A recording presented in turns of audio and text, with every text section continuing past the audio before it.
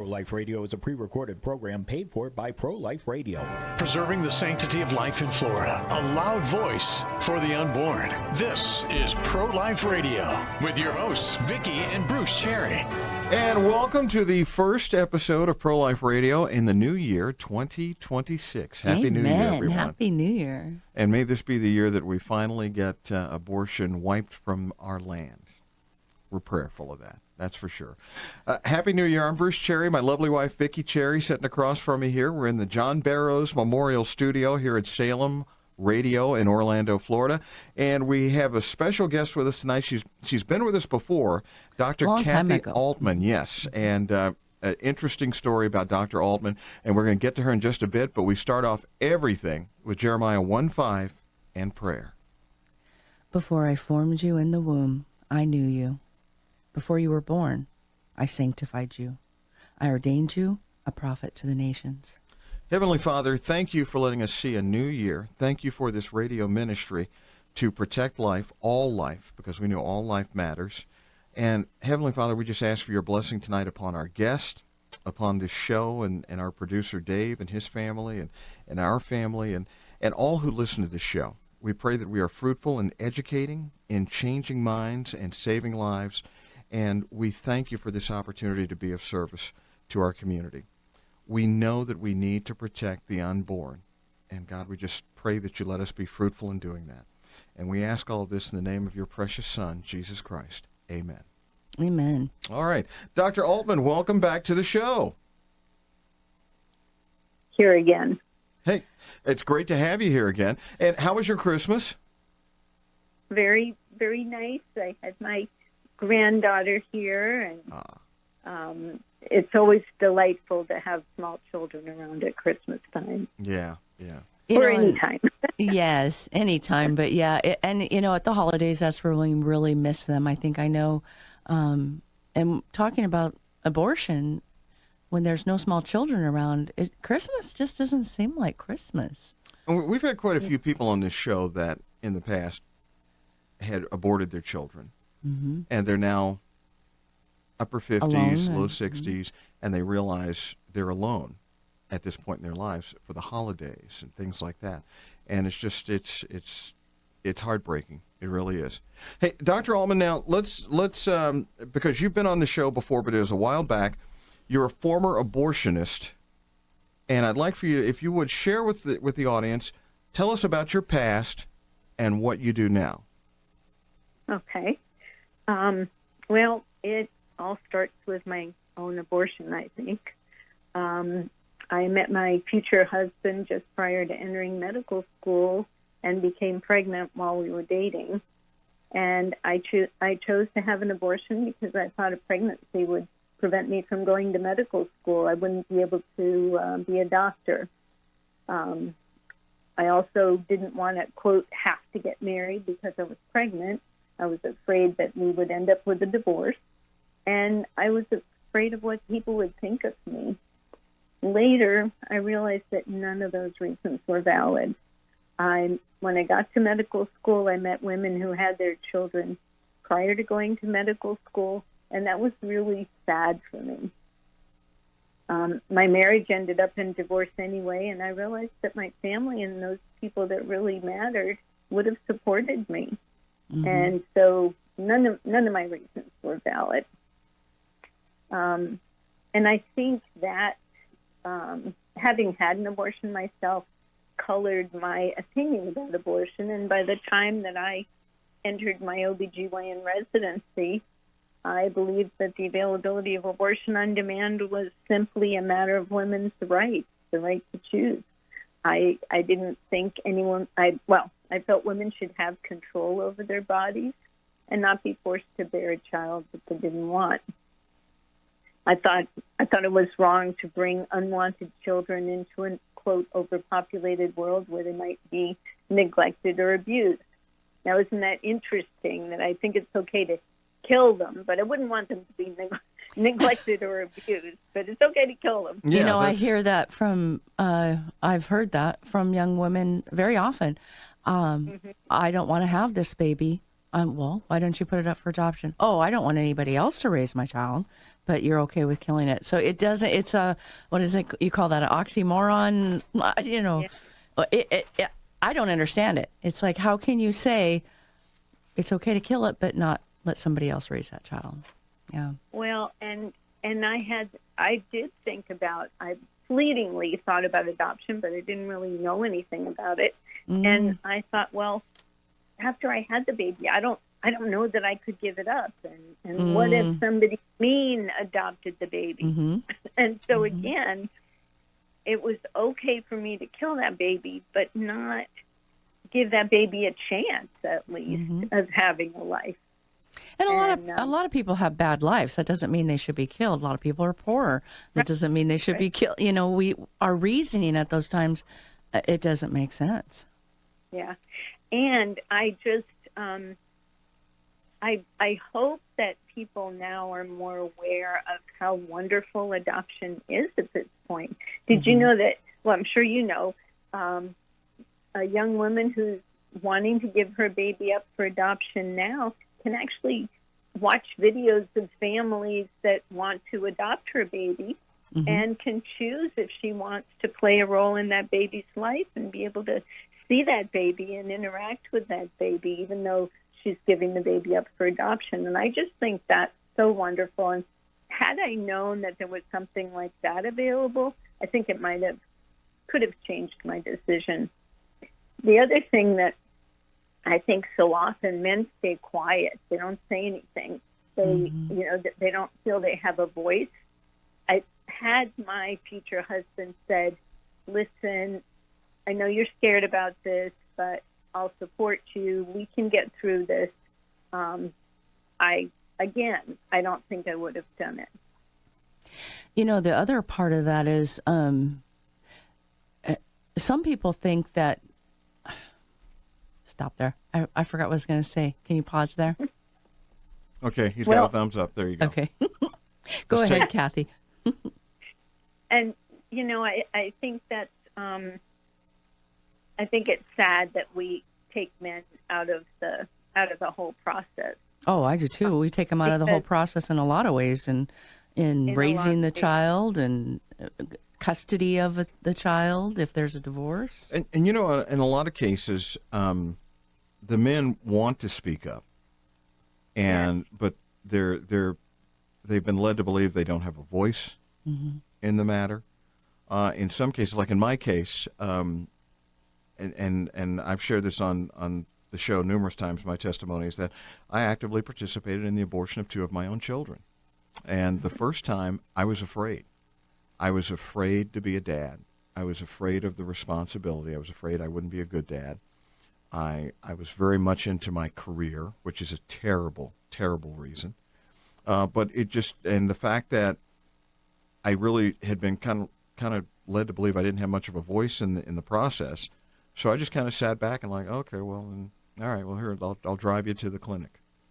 That sort of thing. And so that was my participation. And I stayed in the room with her and held her hand.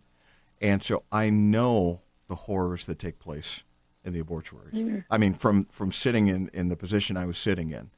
And so, and I suffered because of that. And so if it weren't for God's grace, I would still suffer from it. I mean, I know it, but I don't suffer from it. But men have had their voice taken from them. And another part, this is what I was going to say earlier, and I kind of forgot what I was going to say earlier, but criminalizing abortion. I don't know how you feel about it, doctor, but here in the next few weeks, we're going to be having kind of a debate on that issue. Should it be criminal for the mother to kill her child, and would that stop or slow down abortion? You know, and I was going to ask Bruce, if you would have known that you could have been held accountable for that abortion, would it have stopped you? Yes. Mm-hmm. Yes, it would have. It would have. I would not have been in a mindset to, okay, well, we'll find somebody that'll do it on the slide, for fear of, because like I mentioned at that time, my career was very important to me. I was a prominent radio personality in this town, and I thought, okay, I just didn't want to give up my career. And I was afraid of being a dad. I was.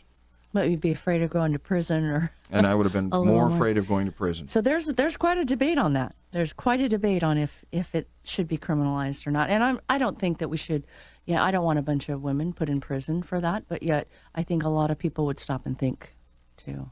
What, Doctor? Can Well, I ask you what are your thoughts? Yeah. Well, even if you make abortion illegal, one of my friends that I know, had abortion been illegal, she never would have considered abortion. Yeah. I think that's true with a lot of women, that if it's legal, then it's okay. It legitimizes it. So if you make it illegal, even if it's not punishable by incarceration, if it's just illegal, that's going to Like maybe stop. with some fines or something. Yeah. Pardon? By maybe some fines or something like that. Is that what you're saying? So maybe make No, it illegal, but put. Not even any fines, but just like in Florida, you can't abort. Once there's a heartbeat, you can't have an abortion. Right. And what that says is we shouldn't. It says to women, we shouldn't be doing these. It's not okay to do this. Whereas if you have, like in some states, abortion with no restrictions all the way to term, then that says this is perfectly fine. This is acceptable. And I think that's the first. I think that's the first step. I'm not sure the public is willing to accept criminalization of abortion. I don't think they are yet, but I think it would be something I think that you would have to do in stages. It'd have to be. I don't know. What are your thoughts, Bruce? I think our politicians and our churches and our church leaders have to stand up and have a backbone and a spine. And once that takes place and we can still spread truth and educate people, then and only then will something like making it illegal to have an abortion, and criminalize the people who participate, then and only then will that have a chance at being in the foreground in our society. Our churches and our pastors are really the beginning. Yeah. And politicians, they're always thinking about, that's unpopular. I won't get reelected. And that, sadly, politicians believe that their job is to get reelected, not to serve the people. And I think there'd have to be a major culture shift and heart shift, and people would have to. The majority of people would have to come to the recognition that this is a person, and that's part of my story. That's what happened to me. I realized that I was killing people. Well, we're up against a break, so hold that thought. And when we come back, continue that, because that is the difference when you realize it's a person. That is the difference. And when we come back, we'll tell you about what's going on in January, as January is Right to Life Month, and support the preborn. We'll be back in just a bit. More Pro-Life Radio on AM 950, FM 94.9, The Answer. And welcome back on a Sunday night, Pro-Life Radio in the John Barrows Memorial Studio. My lovely wife, Vicki Cherry, across from me. And I'm Bruce Cherry. We have Dr. Kathi Aultman on with us. And before we get back to the doctor, don't forget January is Sanctity of Human Life Month. And January 16th and 17th in Jacksonville, Florida. Quite a bit going on there. And if you are active in the pro-life movement, you need to be there. If you're not active in the pro-life movement, get active and come join us in Jacksonville the weekend of January 16th and 17th. January 16th will be the Florida Right to Life Gala, their 54th annual gala. Wow, Tim 54. Tebow is the featured speaker. And if you have not heard Tim Tebow speak, you need to come. And I mean, I'm not talking about when he's on TV and that sort of thing. I mean, when you hear him speak at a pro-life gala like this, it is moving. It's informative. Because as you know, the doctors tried to encourage his mother to abort him, saying that he was going to have all kinds of problems. Yeah, if being wildly successful, an incredible athlete, and a servant of God is problematic, then yeah, he's got a lot of problems. I'm interested to hear him speaking after he has his baby too. Yeah, so he's gonna got be a new baby dad. now. Yeah, and he's got his baby, and so I'm sure he's even more Yeah.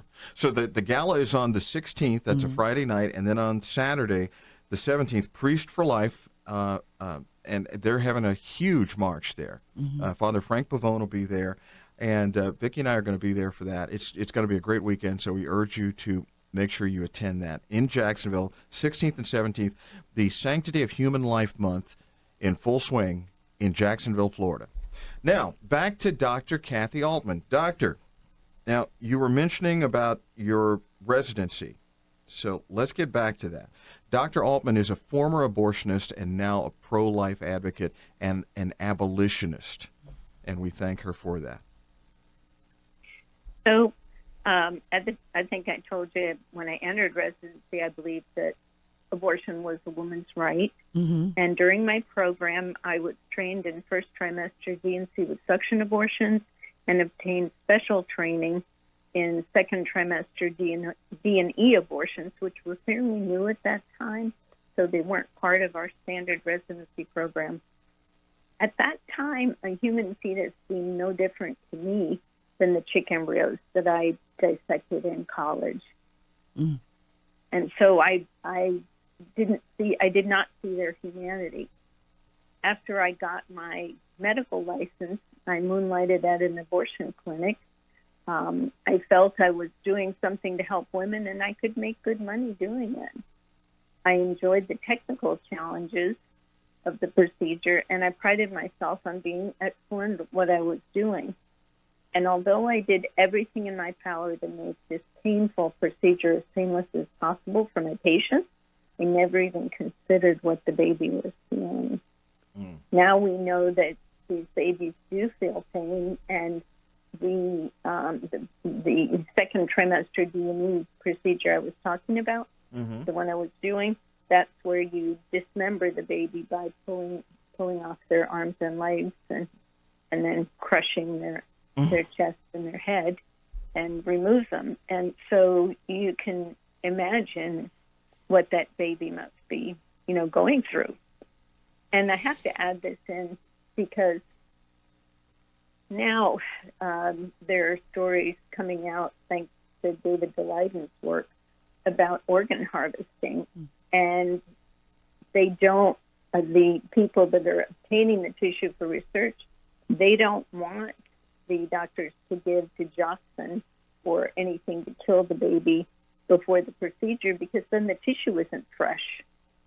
And, it's just so horrific and so barbaric. And yet these things are being done and people are beginning to feel it's okay. So the only time I ever had any qualms about doing abortions was during my neonatal intensive care rotation, where I realized I was trying to save babies in the NICU that were the same age as some of the babies I was aborting. Unfortunately, I was able to rationalize things and push those feelings to the back of my mind and go on. Doctor, let me ask you, is that something that they work on in medical school to get doctors past rationalizing or get them past feeling empathy for babies that they might be aborting and for patients they're treating that are terminal? Is it something that you're trained to just kind of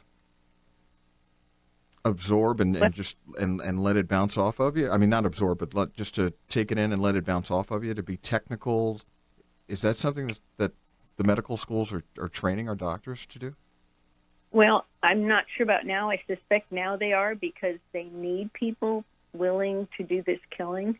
I think when I was going through, there was no course on it, but during the process of training, we were taught to compartmentalize, because physicians have to do things that oftentimes are painful for their patients. Same thing with like radiology techs. You got to put this person in a patient that is going to be painful after they just broke their leg.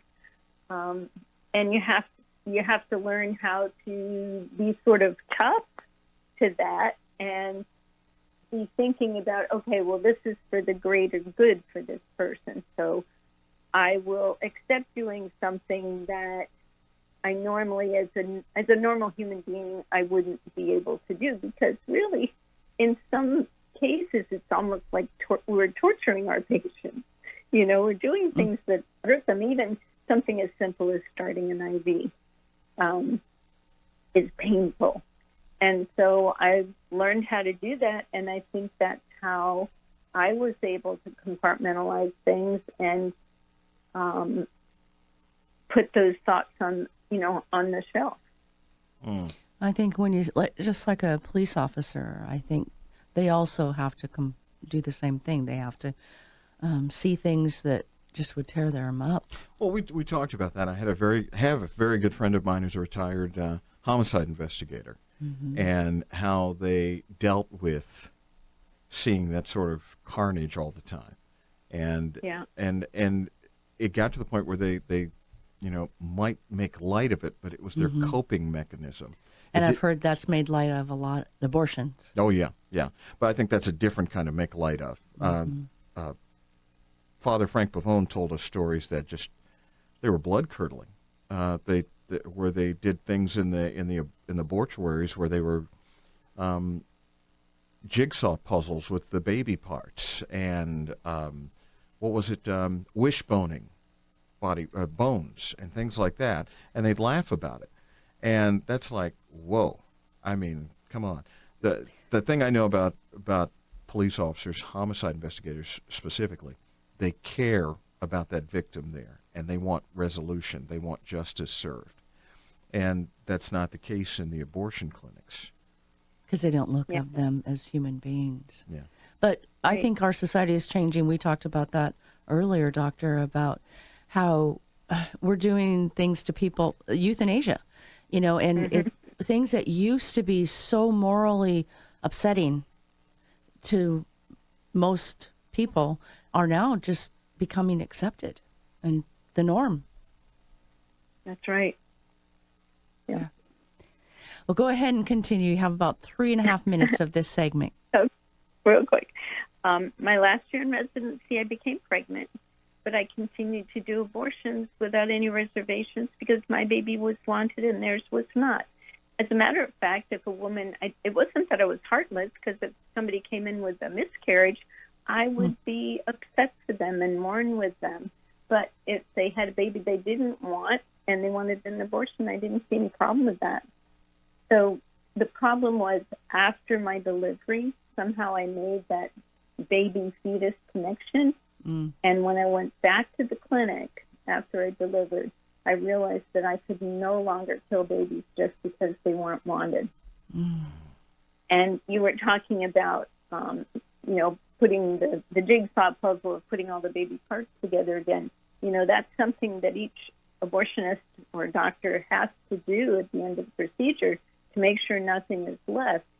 And I think the reason that there are not more people doing abortion, because it's very lucrative, is that I think the normal person can only do that for so long before it finally does get to them. And so the sad thing was that even though I couldn't do them myself, I was still a staunch supporter of abortion rights, and I referred patients for abortion. And I continued those beliefs even after I became a Christian a few years later. My views began to change, however, as I saw women in my OBGYN practice who did extremely well after deciding to keep their unexpected pregnancies, and those who were struggling with the physical and emotional complications of abortion, which wasn't consistent with feminist rhetoric I had embraced. I know you mentioned that before when you were on, that the women that had their babies, even though they might have struggled financially or with other issues, they were doing much better than those women that you've seen that had abortions. That's right. That did begin to kind of put in my armor. Yeah. Makes you kind of start thinking, well, why are these women doing better and these women aren't? Did you see a lot of suicidal women, depressed, maybe addiction starting because of that, or did you see any of that with the aborted ones? I had one patient that I remember very clearly, a beautiful young woman, professional woman, came in who said she was seeing a psychiatrist because the fact that she killed her baby was so much more devastating than her initial reaction to becoming pregnant. The thought that she was pregnant, and she had kind of a knee-jerk reaction and just go ahead and had an abortion without thinking about it. But then later could not deal with the fact that she killed her child. Doctor, we have a break we're going to take, and then we'll be right back with our next segment. We're talking with Dr. Kathi Aultman, who is a former abortionist and is now fighting for the unborn. And we're going to be right back. More Pro-Life Radio coming to you from the John Barrows Memorial Studio at Salem Radio. And welcome back to Pro-Life Radio on a Sunday evening. I'm Vicki Cherry. Across from me is my handsome husband, Bruce. He loves it when I say that. I know.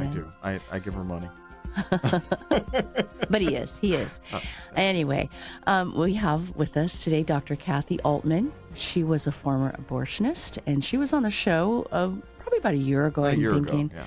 But her story is very powerful. I had met her at, she had spoken at B.B. Ford's Fiona Jackson Center breakfast. And so I'm like, you need to come on this show. And she agreed, and I just love having her on. And what's just so mind-blowing is that Dr. Altman was an abortionist, and she shared last segment, we talked about the fact that even after she became pregnant, she stopped doing abortions, but she would still refer women out for abortions. I thought it was still okay. But I thought what was interesting, and we ended our last segment with this, talking about a woman that came in that was depressed, seen a psychiatrist because she'd had an abortion. And I just wanted to mention, we've had this lady also on, Kathy McGinnis, who was a former nurse. And she had to stop her education in nursing because she had an abortion. And then she's seen they have jars of different developing fetuses. And in this one, a baby at the age of when she aborted, and it just crushed her, and she realized what she'd done. And even though her mom had told her, oh, it's the size of a pea, it's nothing. And her mom was also in the field. Yeah, so it's so heart-wrenching that we are not better informed. Coming up in our next segment, Doctor has a poem that she didn't get to read last time, and we are anticipating listening to that poem later, too. Yes. But that'll be down the road here, so stick with us. Doctor, let's get back to it. Do you remember the moment, and you mentioned earlier that after you became a Christian, there was a little, I guess, come to Jesus moment. What was the moment like when you decided, I can't do this anymore, this is wrong? What was that moment? What sparked that? So sadly, even though I became a Christian, I still believed in abortion, and it wasn't until a Christian and I was embraced by Christians, and they loved me even though they knew what my philosophy was. But one day, after we had established a relationship, one of my Christian friends gave me an article comparing abortion to the Holocaust and said, would you be willing to read this article? And I said, okay. Well, that's what completely changed my opinion. My dad had been with units that liberated the first concentration camp during World War II. Gotcha. So I grew up with all those stories and pictures. And when I became a doctor, I could never understand how the German doctors could do what they did. But as I thought about my own actions and behavior, I began to understand how the Nazis were able to so cruelly exterminate so many people and how physicians could justify their atrocious experiments. Just as I did not consider fetuses as human beings, they did not consider their victims as human. And for the first time, I saw myself as a mass murderer, and it was devastating. And Ted Bundy was in the news at that time, and I thought, oh my goodness, I've killed a lot more people than Ted Bundy has, and he's being executed. But I asked for God's forgiveness, and I became pro-life, and thankfully God's merciful, and he surrounded me with loving Christian friends who helped me get the counseling and prayer that I needed to heal. And I told God that I was willing to do whatever he wanted me to do. Now, the last thing I wanted was to be involved with abortion. But not long after that, I got an email asking for volunteers to go to Washington and testify in favor of the partial birth abortion ban. And partial birth abortion is, they call it intact DNX. It's where the bones of the baby have gotten too calcified to be able to just dismember the baby. And so what they do is they cause the cervix to be much more dilated, go up, grab the baby's feet, and pull the baby down until just the head gets trapped by the cervix, and then they go in and puncture the back of the neck, and suck out the brains, and deliver the rest of the baby. So thank God that was finally banned. But I got the emails and I responded. Now that didn't work out, but I subsequently testified before multiple state legislatures, defended the ban in state courts, and eventually did testify in Washington before a House committee. During that time, it was really grueling because I was still practicing, but God gave me everything that I needed to keep going. Eventually, that door closed. Actually, the ban was passed. But it's funny, by the time that the ban was passed, I had given up all hope that it would ever be passed. So I tell you, don't give up hope. And I was shocked when the ban was finally passed nationally. But I went back to normal. However, in about 2013, I began to become ill, and I had to retire in 2014 for medical reasons. And after recovering, it took about a year and a half. After recovering, I prayed that God would still use me to do something important. And the next week, I got a call asking me to testify before the Senate committee hearing on the heartbeat bill in Washington. So be careful what you ask for. But I subsequently joined the Charlotte Lozier Institute as an associate scholar, and I've testified at the state and national level and before an international court, and have spoken throughout the United States and overseas. So God has set me on this fabulous adventure. And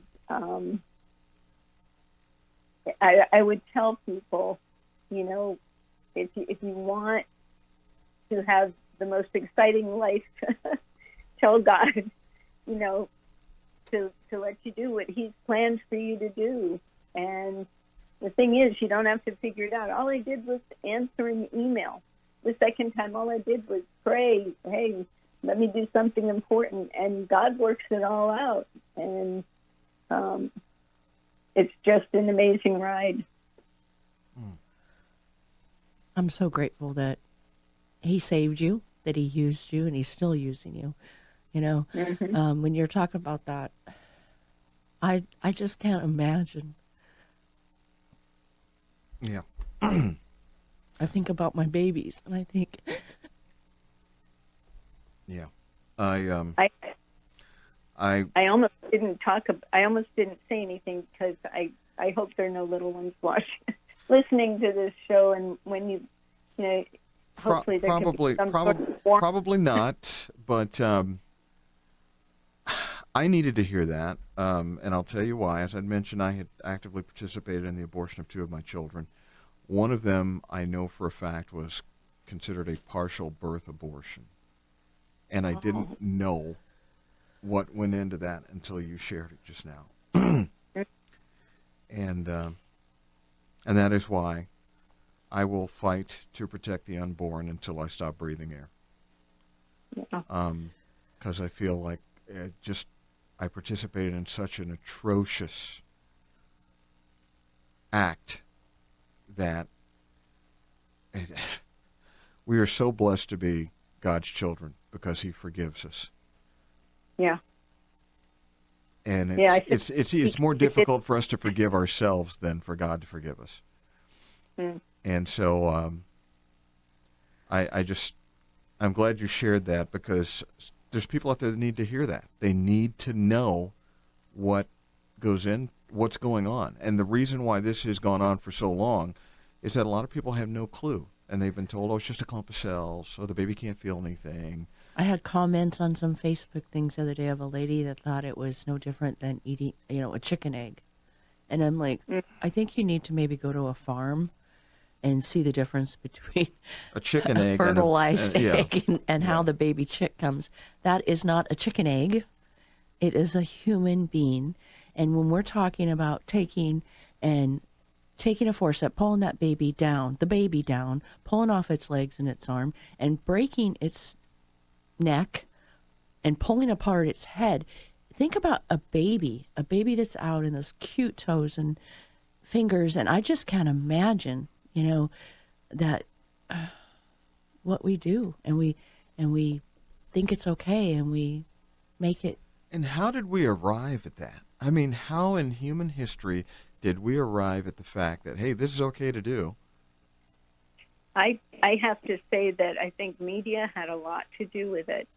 I know when I was growing up, there were all these sob stories of women dying from back alley abortions. Yeah. They did a tremendous job of convincing the public that all these women were dying, and they were in such bad circumstances, and I think that had a lot to do with it. And since then, we've changed the language. We don't talk about murder. We don't call it murder. We call it a termination of a pregnancy. Well, a pregnancy is not a person. It's just a condition, So you change the language and you make it more, much more palatable. Yeah, and I've always said we should have stopped the language long ago. Like when people say "my body, my choice," it should have been a very strong argument back. No, it's not your body. It's another body inside Take some your science body. lessons. Yeah, Yeah, yeah, exactly. Well, look at an ultrasound. Well, those were things that Planned Parenthood put out, and they spent millions to make it palatable. palatable. Yeah, and that's it. Hey, we have got our final segment coming up, and the doctor has something she did not get to share with us the last time she was on, and we want to have her share it this time. And you've written a poem, correct, Doctor? Yes. Okay, so when we come back, we want to hear that poem. We're going to take a break. This is Pro-Life Radio, and you can catch us streaming on theanswerorlando.com, and we'll be right back on AM 950, FM 94.9, The Answer. And welcome back to Pro-Life Radio on a Sunday evening. I'm Vicki Cherry. Across from me is my handsome husband, Bruce. Happy New Year, everyone. Yes, can you believe it is 2026? It seems like 2025 just shot by. Well, I mean, old. really fast. Well, yeah, the older you get, the faster the year goes, that's for sure. Online with us, we have Dr. Kathi Aultman, who is a former abortionist, and now she is a strong woman of God who is trying to get out the word that these babies are human beings, and that what is happening to them in the womb, where they should be the most protected, is atrocious. Yeah. All right, so we've been telling you that Doctor has a poem that she had written about abortion, and will you please read that for us? Okay. I'll give you a little backstory. I had been asked by Jeannie, I had gotten a call from Jeannie Mancini and asked me to speak at the March for Life in Washington. I think it was the year before COVID. And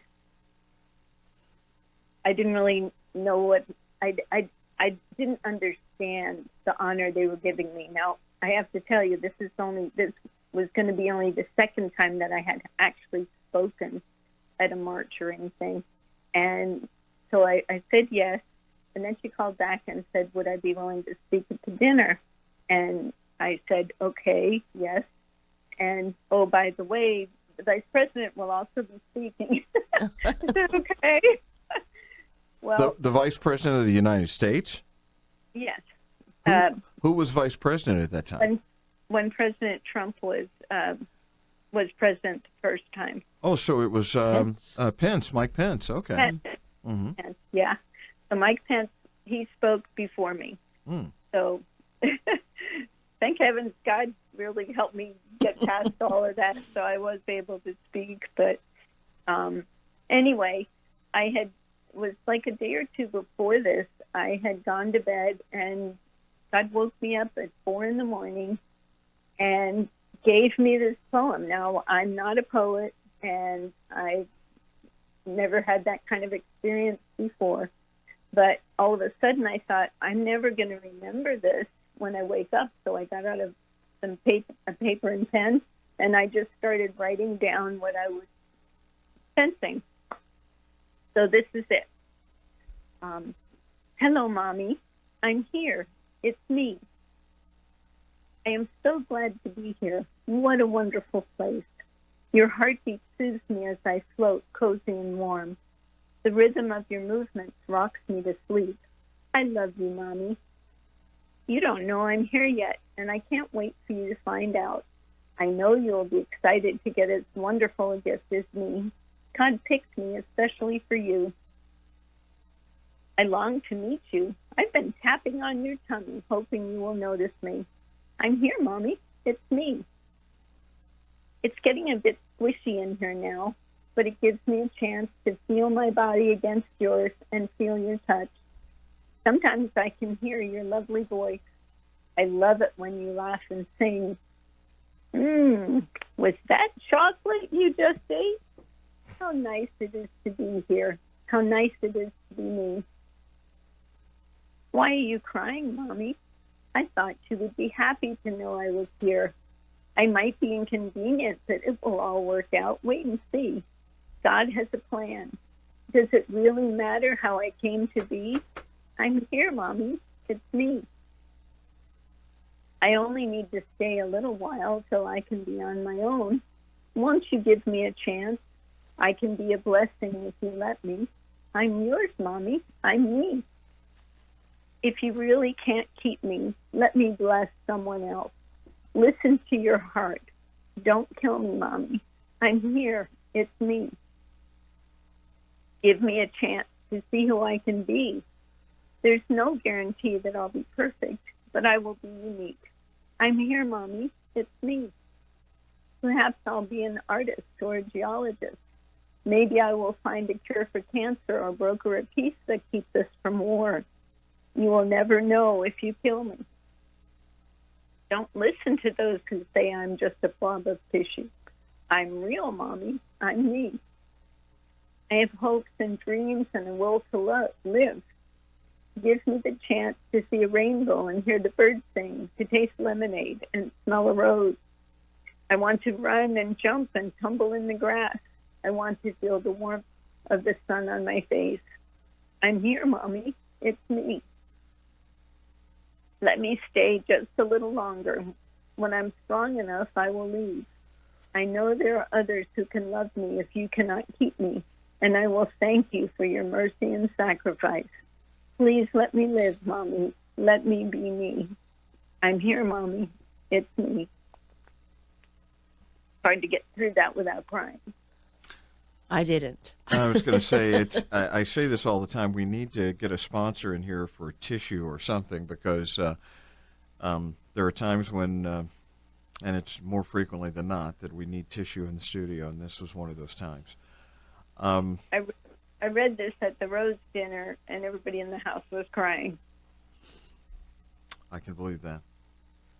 And, you touched on something in there that just yesterday, our grandson is visiting from California, and we went to see the manatees. He wanted to see manatees. He'd never seen them. And we went to see the manatees. And so we were at Blue Springs Park, State Park, and there were kids rolling down a hill. And Vicki and I both were talking about how when we were kids, we enjoyed doing that.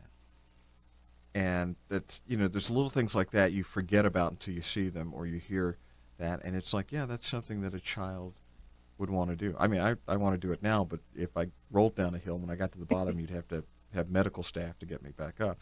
But it just, thank you for sharing that with us.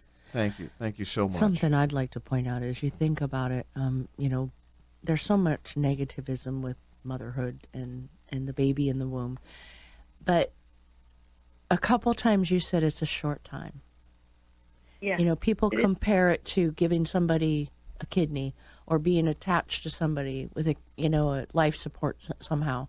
But this is a temporary, short-term thing. You created this life, and you have some responsibility. You shouldn't just kill it because of your convenience.